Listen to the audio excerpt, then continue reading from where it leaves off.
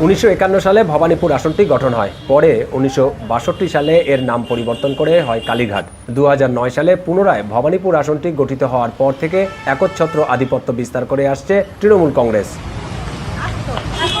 রাজ্যে পরিবর্তনের হাওয়ায় পশ্চিমবঙ্গে সবার নজর এখন এই ভবানীপুর আসনে। এই আসনে তৃণমূলের প্রার্থী দলটির সভানেত্রী ও রাজ্যের মুখ্যমন্ত্রী মমতা বন্দ্যোপাধ্যায়। তার বিরুদ্ধে লড়ছেন রাজ্য বিজেপির বিরোধী দলীয় নেতা শুভেন্দু অধিকারী। 2021 সালের নির্বাচনে নন্দীগ্রামে এই শুভেন্দুর কাছেই হেরে গিয়েছিলেন মমতা। এবার শুভেন্দুকে পরাজিত করে নন্দীগ্রামের হারের প্রতিশোধ নেবেন মমতা, এমনটাই প্রত্যাশা তৃণমূলের সমর্থকদের।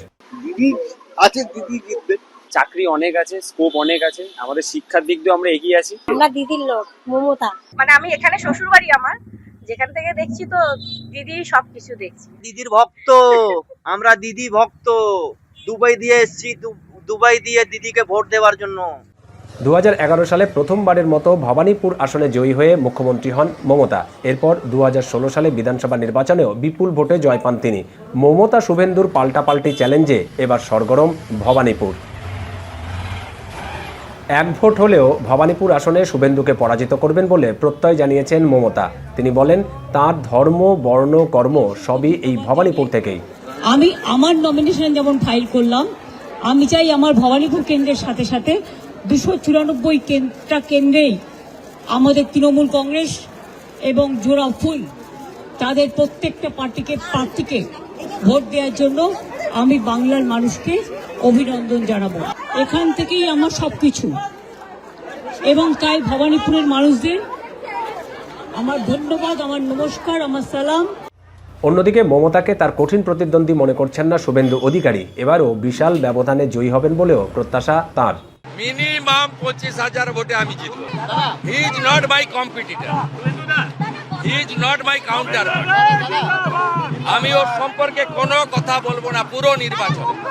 নন্দীগ্রাম আন্দোলন, তার সঙ্গে শুভেন্দু অধিকারীর ভূমিকা সবাই জানে। নন্দীগ্রামের জনতা জনার্দনই দায়িত্ব নেবে ওই আসন ধরে রেখে মার্জিন বাড়িয়ে এই আসনে মুখ্যমন্ত্রীকে আমি দ্বিতীয়বার হারাবো। ভবানীপুরের ভোটাররা মমতা শুভেন্দুর লড়াইকে ভারত পাকিস্তান ক্রিকেট ম্যাচের লড়াইয়ের সাথেও তুলনা করেছেন। এটা বলা যাচ্ছে না যে কে জিতবে। দিদি তো দিদির গড় এটা, আর সেখানে শুভেন্দুদা দাঁড়িয়েছে, বলা মুশকিল। দিদির চান্স বেশি, জোর লড়াই হবে। কেন অন্য কেউ দাঁড়ালে এটা হতো না, শুভেন্দুদা দাঁড়িয়েছে, হবে। আমি বলবো যে পরিবর্তন দরকার, একদম 100%। অনেক দেখেছি 15 বছর ধরে, আর না, এবার নতুন দেখি। আর কত খারাপ হবে, পাল্টে দেবো। তবে অন্যান্য আসনের মতো ভবানীপুরেও ভোটার তালিকা সংশোধন নিয়ে রয়েছে বিতর্ক। তৃণমূলের দাবি এখানে 51,000-এরও বেশি নাম বাদ পড়েছে। অন্যদিকে বিজেপির দাবি পরিচ্ছন্ন ভোটার তালিকার পর ভোটের লড়াইয়ে এগিয়ে আছে তারা। কেউ বলছেন দিদি আর কেউ বলছেন দাদা। একদিকে এই ভবানীপুর আসনে তৃণমূলের প্রার্থী মুখ্যমন্ত্রী মমতা ব্যানার্জি এবং অন্যদিকে তার প্রধান প্রতিপক্ষ বিজেপির শুভেন্দু অধিকারী। এই কেন্দ্রে কে শেষ হাসি আসবে তা জানা যাবে আগামী 4 মে। দীপক দেবনাথ, এখন কলকাতা। শিয়া বাটার ও ভিটামিন ই সমৃদ্ধ লিলি বিউটি সোপ, তারুণ্যময় উজ্জ্বল ত্বকের জন্য।